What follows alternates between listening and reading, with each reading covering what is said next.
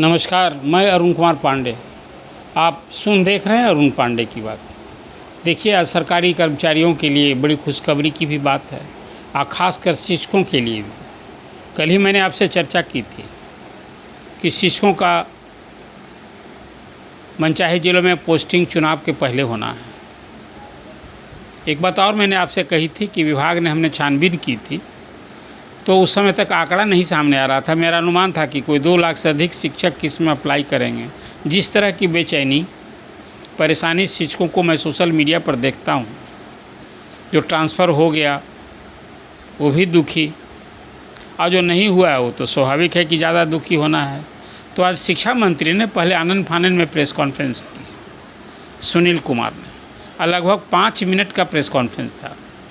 Press conference के आयोजन के बाद तो मुझे लग रहा था कि शिक्षकों की जो सारी लंबित मांगें हैं, जिन समस्याओं से वो जूझ रहे हैं, वो मांग उनकी पूरी होने वाली है। शायद आज मुख्यमंत्री तो रोज़ एक्स पर कुछ ना कुछ घोषणा करते हैं, लोगों को राहत और तोहफा देते हैं, खास शिक्षा मंत्री ही कुछ करने वाले हों, लेकिन उम्मीद वो नहीं थी।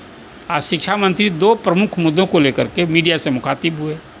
एक तो उन्होंने बताया कि मुख्यमंत्री के निर्देश पर तो 3 जिलों का ऑप्शन लेकर के और जो अंतर जिला ट्रांसफ़र की कार्रवाई सरकार ने शुरू की, जो 5 सितंबर से 13 सितंबर तक आवेदन लिए गए और 14 से 18 तक राज्य मुख्यालय ने जिलों को वो सारे आवेदन को ट्रांसफ़र कर दिया।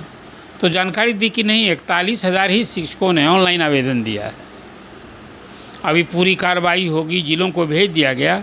उसमें 17,000 टीचर जो 3 जिला का ऑप्शन दिए थे उसमें फिट नहीं बैठे। मतलब अंतर जिला मनचाहे ज़िले में जाने की जो उनकी आस थी वो पूरी नहीं हुई, उम्मीद पर पानी फिर गया। लेकिन लगे हाथ 24,000 शिक्षकों ने जो 3 जिलों का ऑप्शन दिया था उनको कोई ना कोई जिला मिल गया, चाहे फर्स्ट चॉइस मिला, चाहे सेकेंड मिला, थर्ड मिला। देखिए, मैंने ये बात की थी आपसे चर्चा कि ट्रांसफ़र पोस्टिंग को लेकर फिर विभाग उलझन में है। जैसे एस सिद्धार्थ के समय में ऐच्छिक ट्रांसफ़र को लेकर विभाग उलझन में था और वो 6 नियम बनाया था, किसको पहले करेंगे, किसको अंत में करेंगे, और फिर जिला का अंदर करेंगे, जिला का बाहर करेंगे। लेकिन वो सारे नियम प्रक्रिया जो खुद ही तय किए थे उसमें बड़ा घालमेल हो गया। तो ट्रांसफ़र के लेकर जिन लोगों ने जिला में भी अंदर ट्रांसफ़र हुआ वो भी दुखी, बहुत सारे लोग, और जिसका नहीं हुआ उसे तो दुखी होना स्वाभाविक था। तब भी ऐच्छिक ट्रांसफ़र में 98,000 शिक्षकों का ट्रांसफ़र हुआ था। एक और अवसर दिया था एस सिद्धार्थ ने कि भाई सबको इसके बाद म्यूचुअल ट्रांसफ़र का, उसमें भी 32,000 शिक्षकों का हो गया। लेकिन आज जो शिक्षा मंत्री ने जानकारी दी कि 24,000 शिक्षकों का 3 जिलों के ऑप्शन के आधार पर उनको जिला आवंटित हो गया है। अब वो जिला में जो डीएम की अध्यक्षता में कमेटी बनी है वो स्कूल में पोस्टिंग करेगी। अब स्कूल में पोस्टिंग सरल नहीं है, ये भी उलझन बड़ा काम है। किस स्कूल में वैकेंसी है, किस स्कूल में विषय संबंधित विषय के शिक्षक की कमी है, और उस स्कूल में छात्र शिक्षक का अनुपात क्या आप जानते ना हैं कि 30 छात्र पर 1 शिक्षक देना है। प्राइमरी स्कूल में तो कहा कि 3 शिक्षक होंगे, मिडिल स्कूल में 5 शिक्षक और हाई स्कूल में आमतौर पर 18 शिक्षकों का मानक दिया गया है। लेकिन इस मानक के विपरीत भी जहाँ छात्रों की संख्या अधिक है वहाँ तो शिक्षक अधिक देने के होंगे।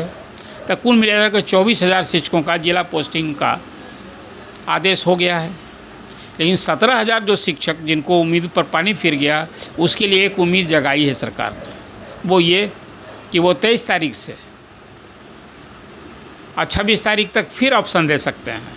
अब वो जो जिला नहीं मिला तो 3 जिला जो दिया था नहीं हुआ तो वो 3 जिला छोड़ कर दें। लेकिन मैं मानता हूं कि ये जो मनचाहे ज़िले में पोस्टिंग की जो पहली कोशिश थी वैसे शिक्षकों को, वो तो पूरी हुई नहीं। इसलिए मैंने कहा कि उनकी उम्मीदों पर पानी फिर गया। अब कोई पटना, भोजपुर और अरवल का कोई दिया होगा और ये 3 जिला नहीं मिलेगा तो बक्सर, रोहतास, औरंगाबाद जाएगा, तो ये तो उसकी टीस रह जाएगी। तो इसमें बहुत सारे 17,000 शिक्षक में बहुत लोग जहाँ हैं वहीं रहना भी पसंद करेंगे। मुझे नहीं लगता है कि सभी 17,000 शिक्षक फिर आवेदन देंगे कि नहीं ये तीसरा मेरा ये दूसरी बार 3 जिलों का चॉइस है। लेकिन एक आज तस्वीर सामने आई कि 24,000 शिक्षक को 3 जिला ये चुनाव के पहले मुख्यमंत्री की ओर से एक तोहफा कहिए, वरदान कहिए, जो भी किया, 24,000 शिक्षकों का मार्ग प्रशस्त हुआ है ना, जो उनको मनचाहे ज़िले में पोस्टिंग हो रही है, जिन 3 जिलों का ऑप्शन दिया था। तो एक तो प्रयास सफल हुआ। एक आज शिक्षा मंत्री ने घोषणा की स्टेट की परीक्षा को लेकर, जो शिक्षक की माध्यमिक शिक्षक पात्रता परीक्षा होनी है, उसके लिए बीच में आवेदन बंद कर दिए गए थे, तो फिर आवेदन लेने शुरू हो गए हैं। अब 26 तक आवेदन लिया जाए, अक्टूबर में परीक्षा होगी, अब 12 नवंबर को रिजल्ट होगा। मतलब ये चुनाव की प्रक्रिया तो अब मुझे लगता है कि 4-5 अक्टूबर को डेट अनाउंस होने जा रहा है। चुनाव आयोग का जो कार्यक्रम की घोषणा होगी, आचार संहिता लागू हुई, तो कोई नई नियुक्ति तो नहीं होगी।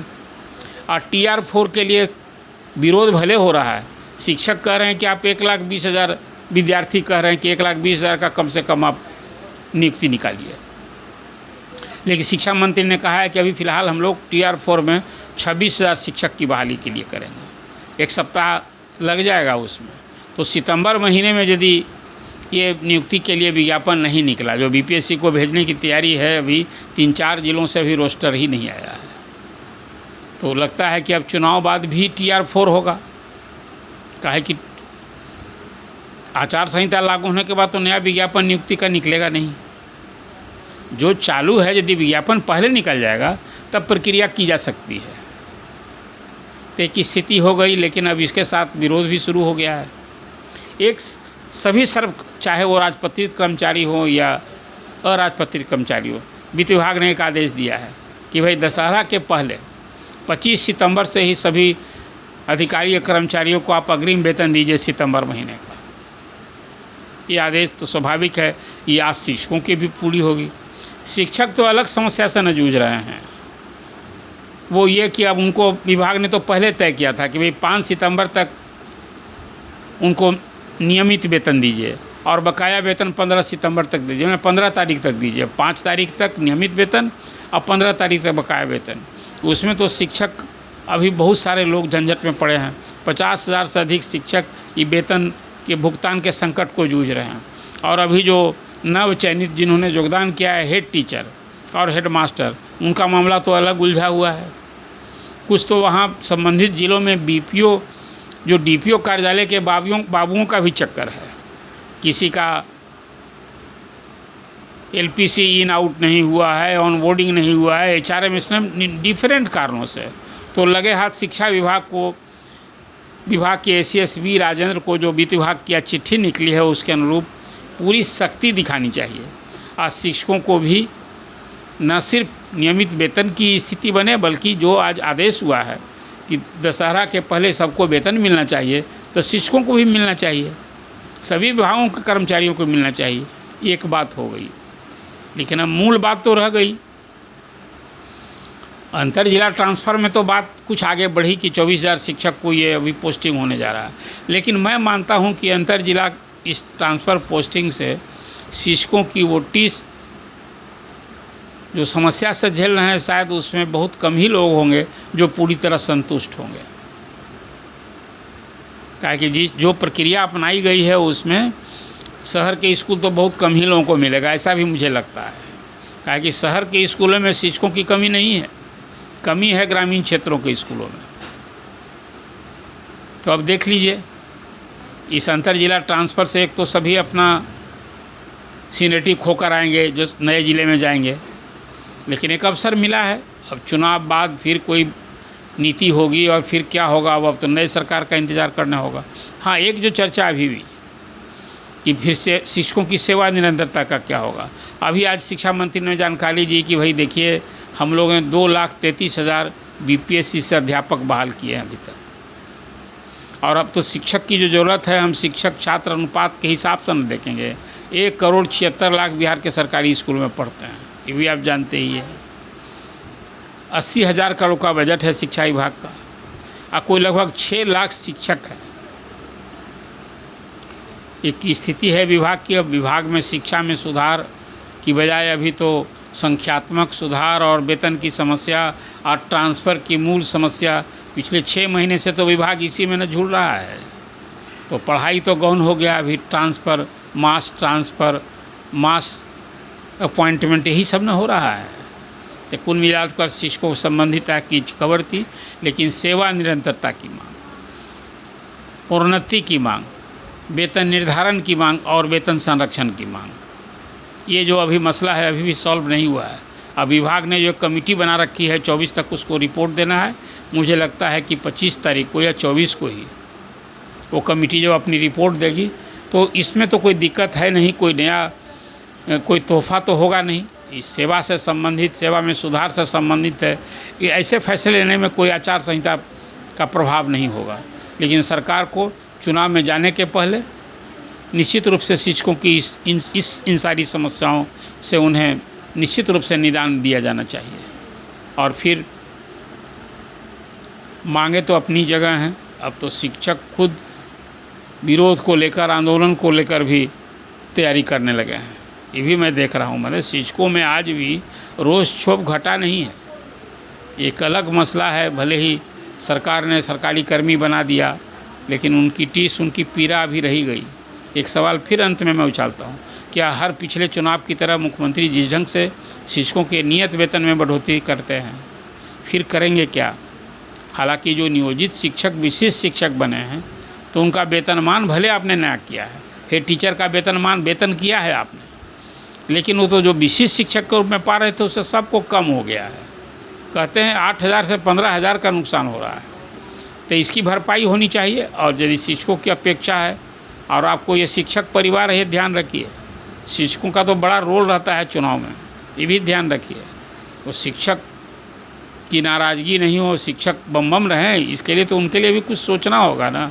जैसे मुख्यमंत्री ने अब तक 1.5 दर्जन विभिन्न तबका को साधने के लिए घोषणा की है, पेंशन बढ़ाया, पत्रकार, छात्र, युवा, किसान, चाहे आशा दीदी हो, ममता दीदी हो, सबके लिए कुछ ना कुछ किया ही है। अब शिक्षक की मांग और अपेक्षा पूरी होनी बाकी है। कुल मिलाजुल कर चर्चा आपको कैसी लगी? आप कमेंट कीजिए, निश्चित सवाल उठाइए। और आज शिक्षा मंत्री ने अंतर जिला ट्रांसफ़र के बारे में जो अपडेट जानकारी दी, ये तो आपके सामने परोसना लाजिमी था। आप अरुण पांडे की बात सब्सक्राइब कीजिए, अपेक्षा है आपसे, और अपने लोगों के बीच अधिकाधिक शेयर कीजिए। धन्यवाद। अगर आपको ये खबर अच्छी लगी तो चैनल को सब्सक्राइब करना नहीं भूलें और बेल आइकन जरूर दबाएं।